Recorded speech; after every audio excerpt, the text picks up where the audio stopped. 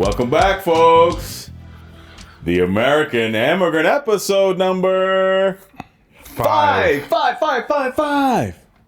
Yes. Oh, man, Alex is in such a great mood today. I'm in a wonderful mood. Ladies and gentlemen. Yes. He should be though. Because guess what Alex did this past weekend? What did you do, Alex, last weekend? I hosted for Colin Quinn. Oh, God. What did you do again? Hosted for Colin Quinn. For two nights in Poughkeepsie at Laugh It Up. Yeah. And I want to thank Cal Getter for the booker and promoter for giving me the chance to do that. That's great. Yeah. Colin was great. I got to meet his cousin. No. Tell us what that meant to you. This is like your first A-list legendary comedian that you had the privilege to host. Is he A-list? Is he really? He is, right? Comedically, yes. Yeah. Yeah, we're not really worried about commercially. Yeah. We're worried about, his comedic prowess. Now listen, I'm going to say right now, and I'm not being, it was comics were always joking around, there's like a weird punchline and a twist at the, I'm not going to, just what I'm saying. Everybody who reached out to me on social media and gave me like, even a little high five, little thumbs up thing, or a little heart, thank you, because it helps. Yeah. A lot of people did. And thank you for everybody coming out. And David came out and filmed me for the second day. Yeah. And the first day he's like, I'm not coming out. I just stay home. It's raining, The second day he made it out. But the second day was raining though. You got to meet Colin for a quick sec. That was cool, right? Yeah. I told him that it was we were partners for the American Immigrant for this podcast. And he's like, oh yeah, another podcast. No, he was dead. I said that. He was polite. He was nice though. No, he was. He wasn't like, celebrity. No, man. He stood up to shake your hand. He could have been like, what's up, man? Got up and what's up, Jamaican man? And just like, can you get this guy out of here? I'm done with the Jamaican guy. No, Colin is really cool. No. And then what was I just saying? Oh yeah, thanks to everybody who gave me who came out to watch. Yeah. I have a ton of friends and family who came out. Yeah. And comedians and stuff, both nights. Yes. And Colin gave me some good advice, man. And this is the first A-lister. Yeah. I did open for, you know who? God damn it, the guy who did the at Blue Seas. Remember he did the Paul Verzi? No, not Paul Verzi. Okay. I opened before I did the Levity Live contest back in 2019, before COVID. Who? It's the guy who did Crank Yankers, the guy who created Jim Florentine. Okay. I can never remember I opened for him. Yeah. And he talked to us for 2.5 hours after the show. Really? It was me, Frankie Becerra, Frankie, and Sean Barry was there, and then James. What's his last name? Shit, he's going to be watching this. James, I forgot your last names. How many? Remember James, who would always talk about his? Oh man, who would always do the punk rock bits? Anyway, he was there. Oh! You mean with the band? Yes. Oh, okay, yeah. I forgot your last name, James. I'm sorry. And we talked to him for like 2.5 hours. Cool. And then that's when I didn't know who he was. Really? And I came home and I'm like, oh, that's Bill Burr's good buddy. That's cool. Oh, wow. I had no idea who he was. I'm like, who's this guy? I just knew that he was the headliner. Yeah. I knew he hosted those VH1 shows. Okay, yeah. Florentine, remember? He would interview everybody. So what exactly did Jim Florentine say? What did he say? Oh man, this was like 4 years ago. I know. Just joking around about everything, about other comics and stuff. Okay. Nothing general. He didn't give us like comedy advice. But Colin, which I'll get to, gave us good comedy advice and everything. So if you're a comedian and you're listening to this, I'm charging for the advice $99.99. We're running a special right now, $79 if you could just. I'll give you the advice now, and it'll unlock after you've sent payment to my Venmo account. Imagine just open for one big A-lister, and then I just think I'm no big head. No, honestly, man, I got a long way to go in this thing in comedy. Yeah. And so afterwards, Colin invited me to his house, and we had dinner with. I didn't. I made that up. But that's what happened in my brain. Yeah. He was like, my brain before I met him, I'm like, oh, maybe he'll have me tour with him on the road. Every comic thinks that, though, right? Yeah. But I mean, it happens. It happens. But every comic wants it to happen. But you know what that is? You got to do it on your own. You just got to be good. You just gotta, Like what's his name? The famous comic said on a podcast I listened to. He said, "You got to just be undeniable and kill, and then you'll get booked." Yeah, that's all you got to do, and that's what you got to do. Okay. And there's no shortcut to this thing. There's no shortcut. Even if you blow up on social media, and you've got a million followers or millions of followers. Yeah. Bookers would definitely have you in their clubs. Why? Because people are going to come to see you. Yeah. However, when they see you and you're not good, they're like, oh man. That's where you don't have unlimited opportunities, but unlike acting, you do have several. Right. Where you'll get in front of people who have gatekeepers who can move you along, but you got to be good. You got to do good. I'm glad. Can't choke. Remember that word, gatekeepers, because I want to come back to that a little later. But yeah, so let's start off with... So should I give the tips, what Colin told me? Yeah, exactly. So this is what Colin told me. Okay. He said, you want to surround yourself with Jamaicans or people from Barbados. It's the same country. And oh man. And I'm a little upset about last week or 2 weeks ago where you're like, laughing at me that I had sex with my sister or something. Everybody saw that on social media, right? First of all right? That's like a politician here. I feel like Cuomo. First of all, First of all. Yeah. Shout out to Dave Seitzik, who does a great Cuomo impression. Yeah, I didn't ask about her panties. Yeah. So panties. So anyway, so what Colin told me was if you're a comedian, he came up to me and I think I did my CAT scan bit, which people know this joke, and he said, "That's great, but you gotta assume the audience knows nothing about that bit. So when you're in the hospital, describe what happens at the hospital and what happens at the zoo." That's one of the punchlines in the bit. He says, "What happens when you get there?" Describe it in detail. Right. Paint a picture in their head. No, hold on. Now this is a veteran. Telling you to go into detail of your joke about your bit, right? And he said something clear. He said, "Do not rely." He said, because if you go right to the punchline or one or two taglines in punchline, you live and die by that punchline. Right. And listen to what he said. He said, "You want to get there slowly, so there's little taglines along the way. So if the punchline doesn't hit, it's still funny. Right. It's still funny. You still had taglines along the way." So let me ask you this now. Have you ever heard comedians say, "Oh yeah, don't drag it out. Don't be too slow. Get bam, bam. Get 1, 2, 3 get a laugh every 15 no, seconds." that's a certain or kind of jokes. Yeah. No. You know what I mean? No. But that's not what true. Right. And then he said this. He goes like this to me. He loved my material about my daughter. He liked the material about being an Eastern European immigrant, which I knew that night. Right. And then he said, "That's memorable." Right. I got him doing my Colin impression. He goes, "That's memorable." I can't do it. But he goes, "That's memorable. That's something you got to talk about because a million comedians just do jokes." Right. Who's going to talk about being Eastern European, about this unique story in healthcare and this? That's memorable. That's what people remember. You forget you laugh at a joke, but you forget the joke. Right. They're not memorable. Boom, boom, joke, joke, joke. Talk about something that's memorable. That's unique. So again, this is a legend. This is a veteran saint telling you, based on you, who you are, what you bring, you talk about that because why people remember that. Now then I gave him some advice. I said, "Colin, I know you're doing this for 40 years, but I'm in it for 5 years, and I just need to tell you, you got to just kidding. Come on, you crazy." You told him your Jamaican accent needs work. You told him that, didn't you? My Jamaican accent needs work? His Jamaican accent needs work. Who, Colin's? Yeah. He did a Jamaican accent? No! He did one time, though, on stage. He did do a Jamaican accent. I don't know. Did he? Yeah, he did. In one of his specials. Really? He did. Yeah. Was it horrible?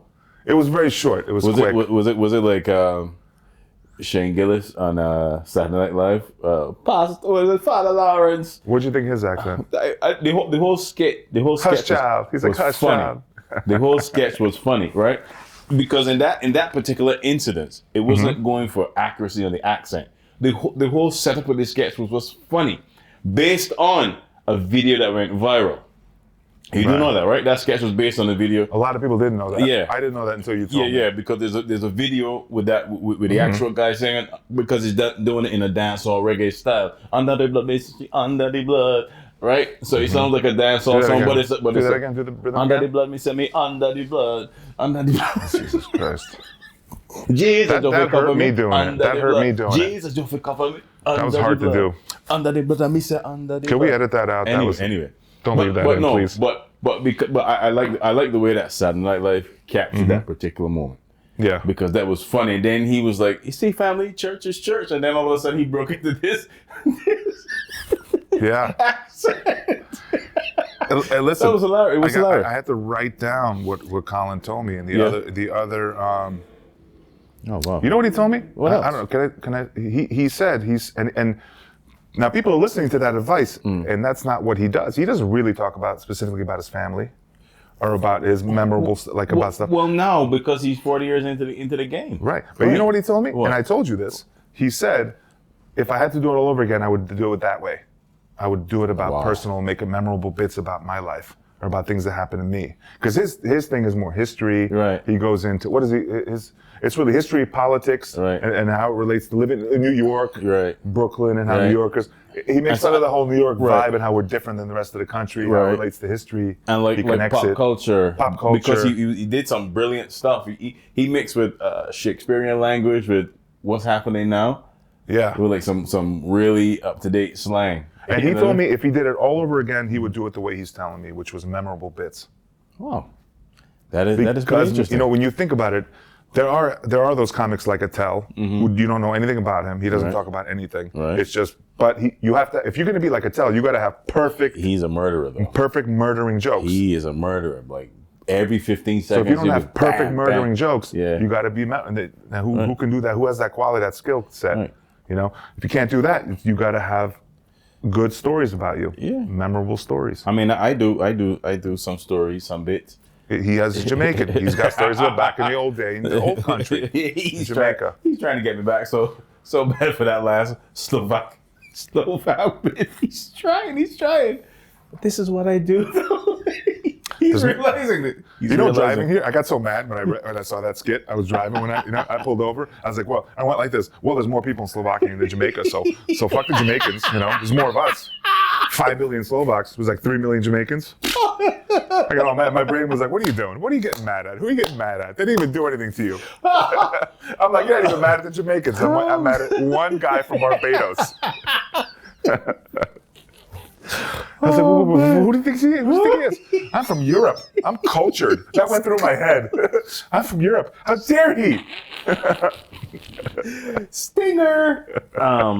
But okay. So how do you plan then on, because you gave me the same advice. So it's just, I mean, I got it indirectly. You know, I only met him for a brief 2-3 minutes. So how do you plan to implement that going forward? I have a lot of jokes that are just jokes. Right. I have midget, like I have a couple of good midget jokes. Right. Well, let's say midget. Yeah. You gotta go like this. David Tell does it. You can't say midget. You gotta go midget. Like, you know, I love that. Midget, midget. Yeah. Like you're not, like you're trying to, like, you know, not say it too loud. No, but you don't just do those jokes. You incorporate it into stories that. So, like, if I'm doing a joke about my kids, I can somehow weave in a midget joke. Right. Or weave it into something that might have that could be a little bit of a side segue. Right. But don't just do midget jokes. Right. It's not memorable. It's like going up on stage and doing one-liners about knock, like jokes. Just a lot of comedians, they do that though, and some of them can get away with it, like Wright. Steve Wright would do just dry one-liners. Like I said, you got to be Steve Wright to tell. Those guys are amazing at it. If you're not amazing at it, you got to weave it and make it personal. Well, so then let me ask you this then. Who are your, I don't believe really and truly in a top 5, but because comedy is so subjective, right? I don't necessarily believe in like a top 5 or a top 3, that kind of stuff. Who are your, even though I don't believe in it, okay, who are your favorites, I should say? Maybe top 5, top 3, your favorites. Top 5? Okay. Favorites? For Alex. They're all black comics because I'm pandering. No. Black, all top favorites? Oh, man, you put me on the spot. Yeah. Bill Burr. Okay. David Tell. Louis C.K., but not anymore. Bill Burr, David Tell is still kind of. Bill Burr, David Tell, Louis C.K., Chappelle, and I like Gaffigan. Jim Gaffigan? I like how he. Yeah, but there's more. Yeah. This is a hard question. It's I'll hard. go home and be like, oh man, this is the other 5 I could have put in there. You know, but by far, definitely Chappelle, Burr, C.K., those 3, and Eddie Murphy. When I was really young, when I was 14, I was watching Dice Clay and Eddie Murphy. Sneaking Dice Clay because I get in trouble. He was so filthy. That his humor is for 14-year-olds though. It's for high school kids. Is it? But like, you know, is it? Yeah. Well, it's not as good as Murphy's was. I thought. No, but I've heard a comedian say. Never heard Pryor once. Yeah. Never heard Richard. I watched one special. But if you watch his special, I think it's live from the Sunset Strip in 1979. Sunset Strip. It's still funny today. It's hilarious. Only special I've seen, though. It's still funny today. Nearly 50 years later. Never saw more than 2 minutes of George Carlin. I never found him funny. But Really? that's my taste. You know what? That's her taste. Ari Spears shares that sentiment with you. He's like, I don't get the whole. He's like, I don't really get the whole George Carlin. That's not thing. his thing. Yeah. But right, and that's why it's a comedy is subjective because okay, do you know Darnell Rollins? I'm already thinking 5 comics I could have named. Yeah. There's so many I missed. missed. But do you know Darnell Rollins? Darnell Rollins, love him. Yeah. He I know who he is. He's like, yeah, I love him. He was great. He was great in that thing. I like hot sauce. I'm like Hillary Clinton. I like hot sauce too. Keep it in my pocketbook. Yeah. Black people like me, right? Alex Clinton. No, because there was this thing with Corey Holcomb saying that Darnell is a mild comedian, which I don't agree with. He's a mild? Yeah. I don't agree with that. I mean, I watched his special because I downloaded it to Netflix. Darnell said Corey Holcomb is mild? No. Corey Holcomb said Darnell is mild. No, that's crazy. Yeah, it was because it was funny. It was funny to me. Listen, I was on the plane watching. I laughed out loud several times. You know what I mean? Yeah, but man. I just think you're bringing my memories right now. When I was a teenager, I would stay up. I was like from 15 to like 18. I would watch Def Comedy Jam religiously with my brother every Sunday night. I forgot it came on before In Living Color or after. I forget. This is going back in the early 90s. See, we watched Def Comedy Jam. I didn't have access to Def Comedy because I didn't have cable. But In Living Color, of course. Did they have electricity in Barbados? No, I was here. But obviously, I couldn't watch that because I grew up, strictly religious, man. So we couldn't have too much of that at all. I was so fortunate I was able to watch Hot Resort.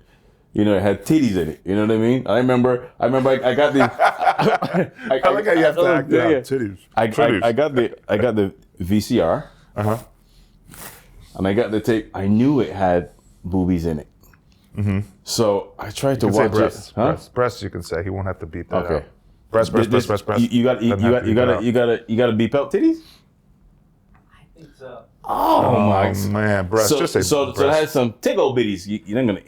So they had some tickle bitties. So I knew because I heard. Yeah, they got tickle bitties in there. So my aunt chooses to sit down in the chair as soon as I put the VCR in to watch Hot Resort. Oh. So I paused it. Everybody went stiff immediately. So I paused it, and I went like I was doing something, Normally she used to sit on the stairs, but today she came right and sit right in the living room. How old were you? Oh, man, I was about, I want to say 14 around that time. Oh, Jesus. So I'm like, I kept pausing it, and I kind of looked suspicious, right? And then I pressed play, and I left the room. So she was on the phone talking, and the next thing you know, here come these these tickle bitties. Nice. And she was talking and then she was like, all right. And I actually went, oh, wow. And the very next day I had a talk because we had just come from church. She was like, did you know that video contained nudity? I was like, no. All right. Because then she started getting into, sex and this and that. And I could have freaking, if I could have melted and crawled out of the vehicle, I'd have done that. Once I hear the sex stuff. But yeah, that was what's hilarious? Right now, there's people in public access radio, or TV, that have been watching this for the last 4 shows that are like, well, if they're going to talk about titties all day, they're talking about breasts all day, I think I'm just going to stop watching. No, I don't think so. They're like, tell us more about the big old titties. Oops, the tickle bitties. Yeah, man. Yeah. So what else? So with comedy, what else have we got? So let me ask you something. So who would you say then is your comedic influences, or who you like? Because I'm a big Godfrey fan. By far, comedic influences. Yeah. By far, I started watching Louis C.K. before Bill Burr, and then Bill Burr later in like 08, 09. Yeah. 2000. And those two guys. I like Godfrey. I like Ari Spears. I like Corey Holcomb as well. He's as dark as he is. Humor is cheese. But I like those 3 guys. Jim Gaffigan as well. I like Leanne Morgan. You know what I mean? You know Leanne Morgan? Leanne Morgan. Tennessee, my little old mama. Yeah. I never watched a lot of the Southern. I never watched like Ralphie May. People love funny. Ralphie. Yeah, he was funny though. I watched him later on. He was funny, man. dude was funny. And then the thing I forgot to mention, which Colin made fun of me for at the show, Yeah. is the second night when I brought him up, I yeah. just for some reason was like, I know, I'll mention how he was the first pro comic I ever seen. So me and my wife was my I don't think she was my fiance at the time. Even. Okay. This was in late 04, maybe early 05, Right. maybe 06, something like that, maybe 7. We went to the cellar and we saw Colin Quinn. Mm-hmm. He did like a pop in at the end for like 15, 20 minutes. Right. And I was like, oh, it was great. Yeah. And now when I went to this Yeah. and I met him and I'm like, I'm on the show with this guy. Yeah, This was yeah. like surreal. Yeah. You know? And you But said, then I introduced him the second night and I'm like, he told me, he's like, to be fair, he's like, don't give me a big introduction. yeah. You know, just say, he was like, just give me, that's fine, just say anything, you know? Yeah. And so I decided to actually not do that. The first night I was like, bring some energy, this guy's a legend, the one and only, you know? The second night I'm like, he's the first guy I seen when I watched and he comes up and he goes, he's like, I love how Alex is the first guy I ever seen. He made it about him. Yeah. He's like, yeah, this guy made it about him. And then he was shit. He was like, yeah. He was like, oh, I was the first, but he saw. That was funny. But he was funny. great because he even came up to me before the first and second show and was like, how do you say your last name? I was Kolar. I said, just anything, Kolar. How do you say it? Kolar? Yeah. Kolar? Yeah. And he said it properly. Yeah, he did. He took his time to pronounce it, and then he shit on me. Yeah. It was good. For making it about me. So let me ask you where you're at today in comedy, just like me, where I'm at today. Yeah. We do a bunch of shows together. You actually got a show right after. I got a show You today. got a show tonight and tomorrow. If you're watching this, it was already it was in where?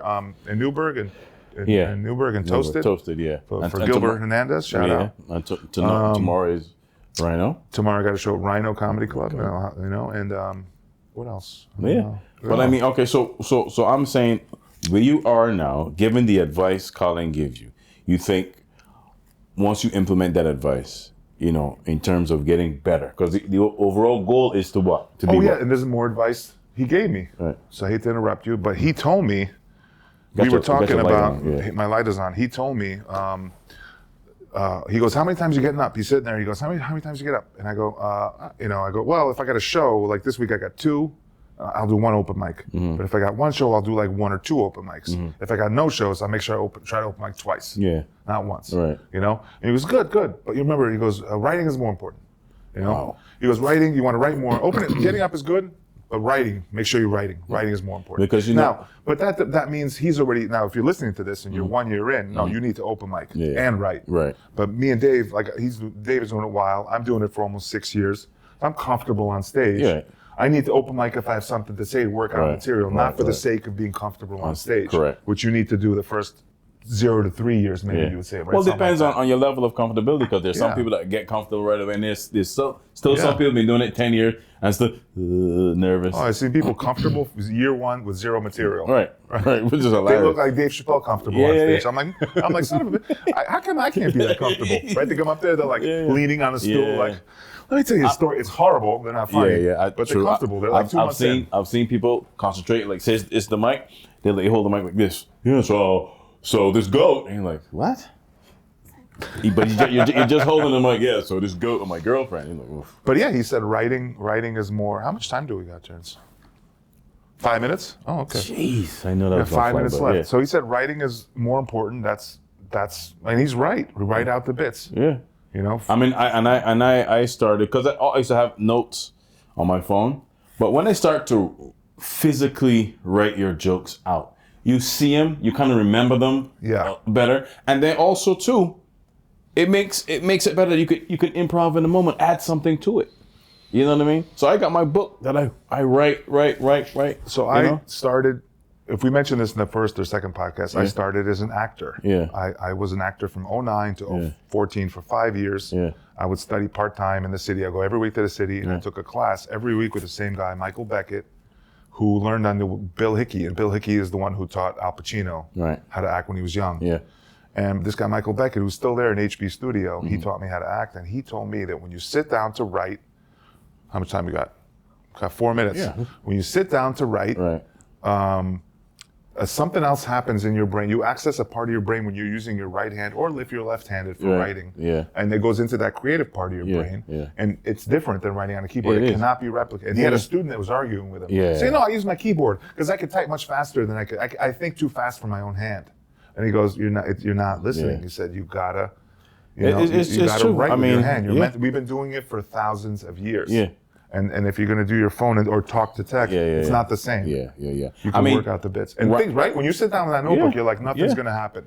And then I had bits that I started, because I just came back from Atlanta, right? Mm-hmm. And I was like, okay, I got my book. Any black people in Atlanta? A couple. So I was like, hey, but you know what? Nothing didn't really hit me because it was for work. And, it was real quick. Landed, okay, hotel, work early, drive 100 miles south, get ready for the next day. So it was not a lot of interaction like that to right. But I did think of some things, and I just jot them down. I'll try them out and see how they go. Yeah. Try them out and see how. But I asked Colin, what does he do? And he says he uses his phone to put down, like if he's on the subway and you see something, you put in there real quick, guy eating his boogers. Right. I've seen that one time. Yeah. And then whatever. And then, but he'll go home and he'll do it on his laptop, or he mostly uses it on a pen. Yeah. He starts it on a pen and paper, he said. On a notebook, and then when he's probably organizes on a laptop because it's a lot of stuff in it. You've seen his bit. He's like a fountain of he's like a million taglines in his shows. How good was this set? That was really good. It's gonna be killer. Yeah, it was. Yeah.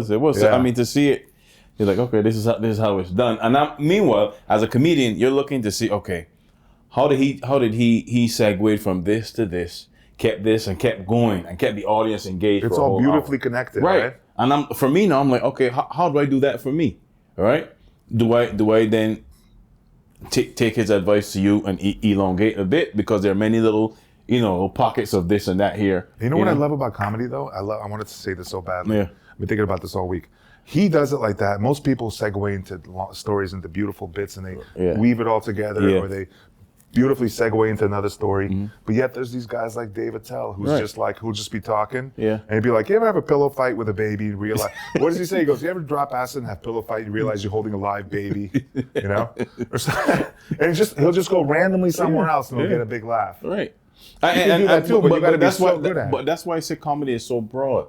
Yeah. Comedy is so broad. My style is different than your style. I love accents. You know what I mean? And people say to me, oh, your accents are really good. Oh, I even a couple days ago, they was like, oh, you're in the wrong business. I said, no, I'm in the right business. I'm not getting paid for it yet.